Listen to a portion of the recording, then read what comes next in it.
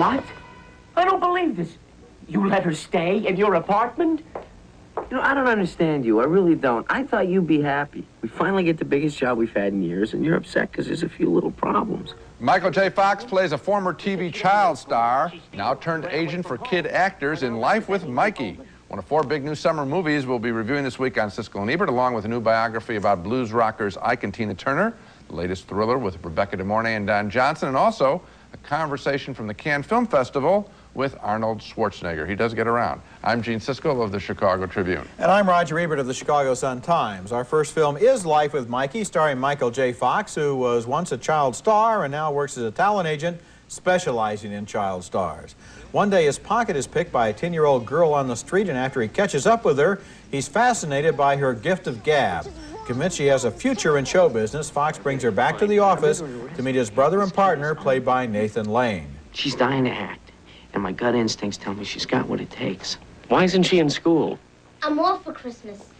Well, Christmas is 3 weeks away, honey. I'm very religious. You got a problem with that? That's Christina Vidal as the unimpressed and very self-possessed future star there.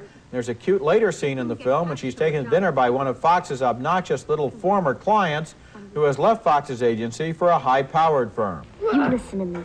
You think you're gonna be 12 forever? You're not. You're gonna get bigger and uglier and hairier. In a few years, when nobody will hire you, Spiro will drop you like a hot potato. But Michael and Ed will always be there for you. And that's David Krumholtz, very good as the little creep there. Fox eventually becomes almost a father to his new discovery, identifying with her because of his own days as a child star. And when she gets a crush on a kid in her class, he tries to build up her confidence. You're not ugly. Can you say that? Can you say, I'm not ugly?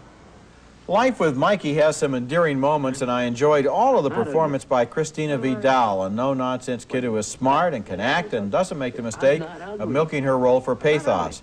But the movie doesn't tell much of a story. It seems to meander from one event to another, and it doesn't really have a third act at all. I sat there liking the young actress and wondering why Michael J. Fox seemed to be without a clue in a lot of his big scenes, and then I figured out it was because the screenplay never really develops any tension or interest for his character.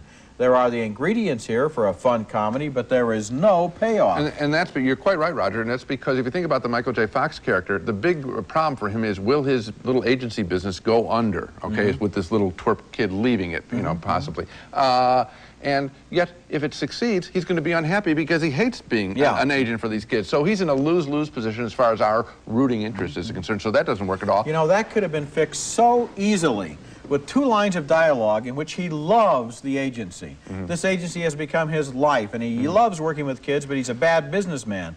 And then it would have created all the tension you needed. All right, here's another approach. They could have said, let's make it sharp edge rather than warm and fuzzy and cuddly, and show, you know, the real stage mothering and the real conniving. In other words, not do it as sort of a little storybook, sweetheart little fantasy. Either approach would have been better. Our next movie is a film version of a popular video game. It's called Super Mario Brothers, and it doesn't work at all.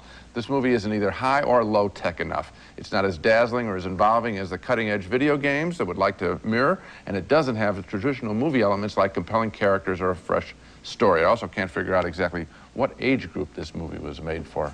I guess I didn't like it. Bob Hoskins and John Leguizamo play the Mario brothers, 2 Brooklyn plumbers who fall into an alternative universe where they try to rescue an abducted college student named Daisy, played by Samantha Mathis. Security alert. Stand by for special bulletin. Mario, look! You look terrible! You don't look so good yourself. The bad guy in this film is a lizard king, played by Dennis Hopper, the movie villain du jour these days.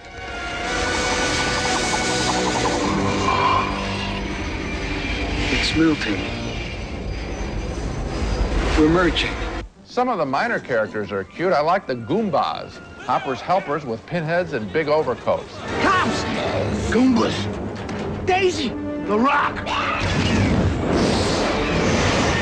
And right there you see the problem. This movie can't decide whether it wants to be a flesh and blood film or a real video game. That kind of chase is boring compared with the urgency of a real video game where you're under constant pressure of time and your quarters running out. It takes a lot more imagination than what's been attempted with Super Mario Brothers to make a high-tech movie transfer. Yeah, this movie wasn't imagined No. correctly at the outset. They Correct. didn't start out with a vision of what it was going Correct. to be even before they did everything else. Right. And so you look at the movie and you see millions of dollars on the screen of special effects and all of those customized cars and that other world that Yeah. they've created and everything else. And it doesn't add up to anything. It's No. just a lot of people running around, all talking at once in a plot that nobody cares anything about. And just every once in a while, a little moment that kind of sparkles. Dennis Hopper is kind of good in a couple of his speeches, but it's a complete waste of time and money. It is, and I think, you know, the timing would have been right with this explosion in infotech or whatever you want to call it, that the computers and all that. Kids are very sophisticated now, and if you could mirror that in some way, you could be a big bonanza. This film doesn't even try. What this movie shows is that it's a lot harder to make a high-tech movie like this Yes. than you would think. And when we see ones maybe that we still have problems with, like Batman Returns, it's so much better than this Yes. that you admire it more when you see something like this. Good point. When we come back, Rebecca De Mornay defends Don Johnson, an accused wife killer who seems to be guilty as sin. So you stand to inherit a great deal of money. Yes. And I've earned every penny. I've lived off of women all my life. That's all I'm good at. It's my talent, getting women to do what I want them to do. And that's Don Johnson confessing there that he's a womanizing fortune hunter, and that makes his case intriguing to defense attorney Rebecca De Mornay in the new psycho thriller Guilty as Sin. He is accused of throwing his rich wife out of the window of their high-rise apartment, but he seems to have a good alibi, and so De Mornay takes the case. But then Johnson begins to turn weird, and she realizes he has a fixation on her. Watch Johnson in this scene where he starts out cool and then disintegrates in the face of rejection. He cannot deal with the thought that any woman can resist him. You're an impossible person. I don't have to put up with it, and I won't. No. No, I'm the one that has to do this. I'm the one that has to stand trial. I have to defend myself and my whole lifestyle. I have to apologize for being me. As the case progresses, De Mornay develops an odd relationship with her client. She hates him and fears him, but is almost hypnotically fascinated by his snake-like evil. Lawyer tries to frame her own client. Film at 11.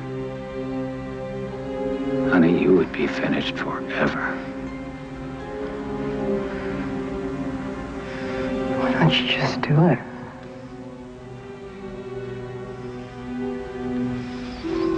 Because we've been close, haven't we, Jennifer? If this were an ordinary formula thriller, at some point De Mornay would probably make the mistake of sleeping with Johnson, and Guilty as Sin would turn into another retread of all of those movies where you can't trust your lover. But she never really trusts this guy, and the ingenious screenplay traps them together deeper and deeper in a net of guilt and deception. This is a movie where both characters are perfectly aware most of the time of what the other one is doing, but the rules of the courtroom lock them together in a deadly silence. I thought it worked. Gee, I didn't think it worked at all, Roger, and I would fault it on the casting level. You know, the old phrase that... That's the very thing they did right, Gene, so I don't know why you would fault it on that level, because Don Johnson is perfect here as this slimy guy, and De Mornay has the intelligence to really go up against him. And as I was saying before you Before I had my opinion, yes. Before you continued your review, I think they're cast wrong, and in this way. I think Don Johnson basically is too nice to play a creep.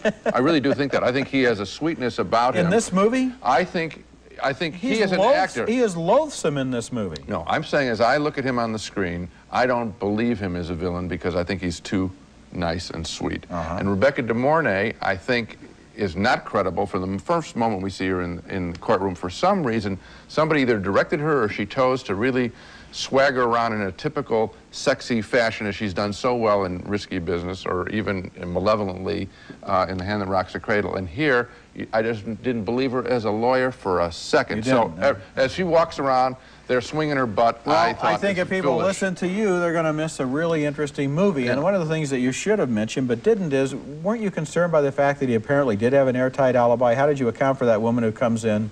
Remember, she's the wife of the Chicago Bears lineman, and she gives him an excuse for the whole afternoon? That seemed to me like a loophole that you might have picked up on. My problem was that I wasn't buying the movie on the story level because I was laughing at the scene that you showed. With him going off. It really took some nerve for him to do that scene because he is so hateful in that scene. Except, and so unlikable. No, in that I scene. think that he's an attempt to do what Dennis Hopper does far better, and that is play a villain. I thought it was laughable. I think you missed the boat on No, that one. Coming one of up us next, did. What's Love Got to Do with It? The big new biography of blues rock star Tina Turner and her creative but violent husband, Ike. We got the right song at the right place at the right time. Now, I need you to get out on that stage right now.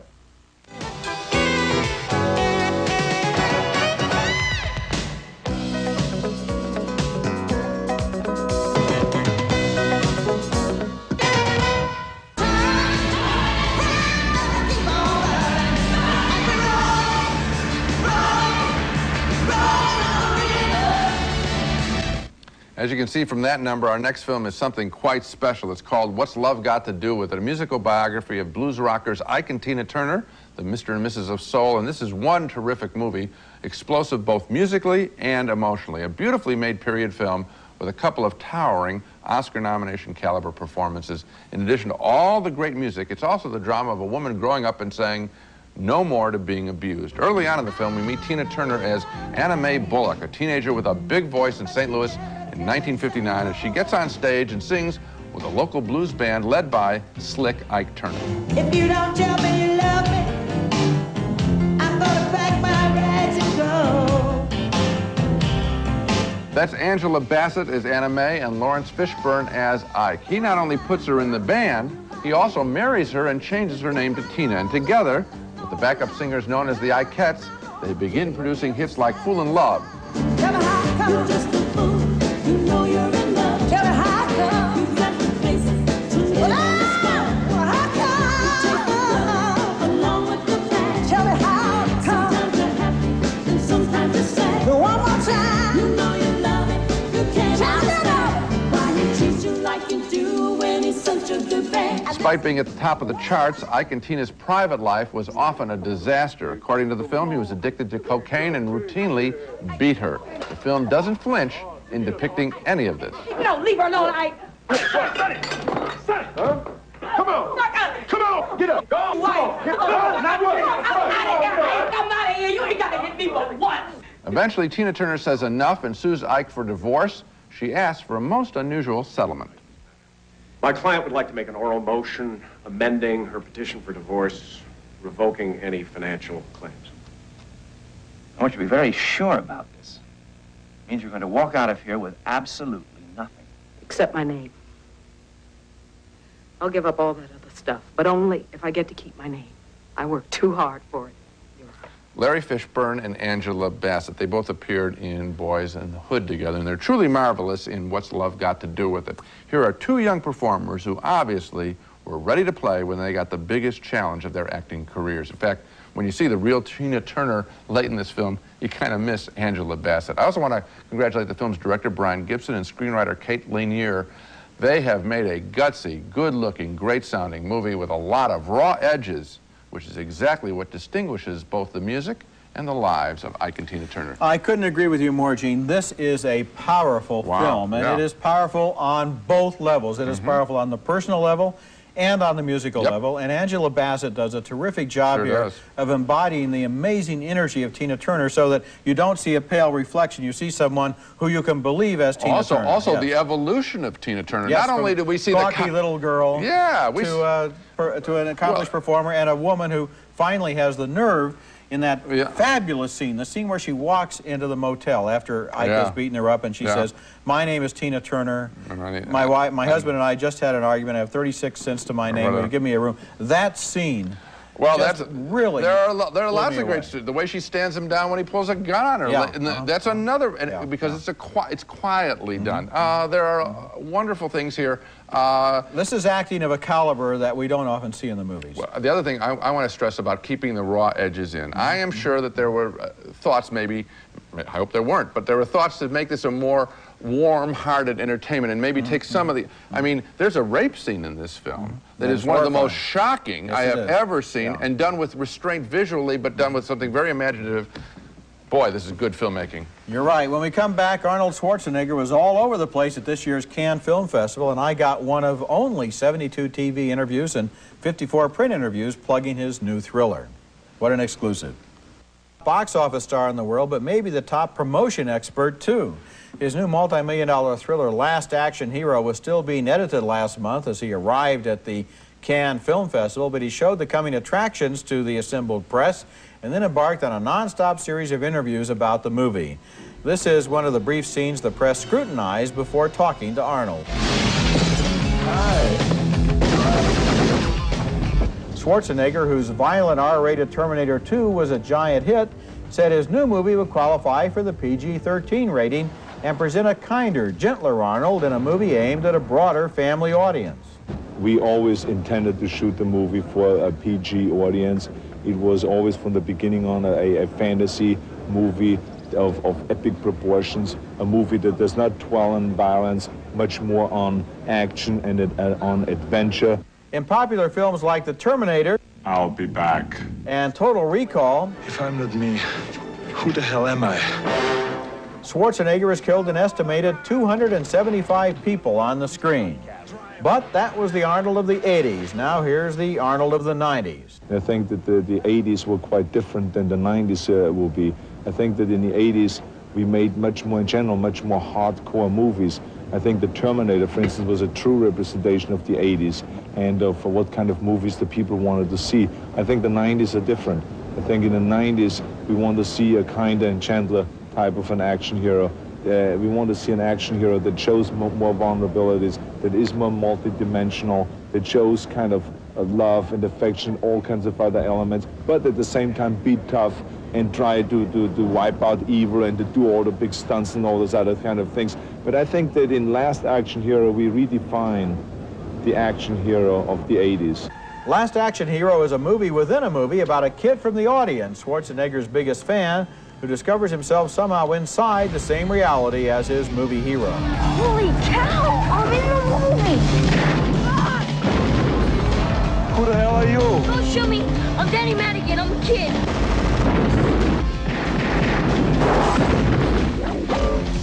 Hi, is that guy? The voice? The cone of phrase. The bad puns? The hard rock? This is really happening! One reason Schwarzenegger is emphasizing the PG-13 rating may be recent studies allegedly showing that on the average, family films outgross R-rated films at the box office. There are some questions about those statistics, but never mind, nobody has outgrossed Arnold, no matter what the rating was. Although at the dawn of his career, he seemed like an unlikely candidate for movie stardom, he has been consistently brilliant at finding the right roles and the right stories for himself, and now the $70 million budget of Last Action Hero is his bet that the tide is turning toward lower key action. It'll be interesting to see if he's right. So we're getting Arnold light, if you will. Yeah, right. The line was stripping the fat out of foods and all this sort of thing. I do feel the same mood in the country. When I was watching the latest Sharon Stone picture, I thought, you know, this is just too negative and downbeat. I think he may actually be onto something. It's interesting because I had lunch along with a dozen other movie critics with Jeff Katzenberg, the head of the Disney Studios at Cannes, and he said Disney has already anticipated that this trend has come and gone and is aiming for the movies that will come after it. So that's the way. They're always living 18 months in the future out there. I guess they've got to. Coming up next, our video pick of the week, a much better video game than the movie Super Mario Brothers.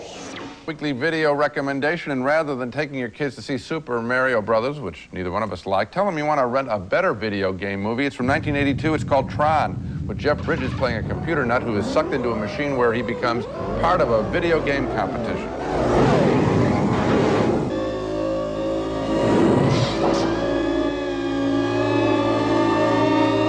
Tron is our video pick of the week. Now let's recap the movies we reviewed on this show. 2 thumbs down on Life with Mikey, the Michael J. Fox kid comedy. We both thought the comedy was lame and that Michael J. Fox's character had nowhere to go, but Roger was charmed by newcomer Christina Vidal.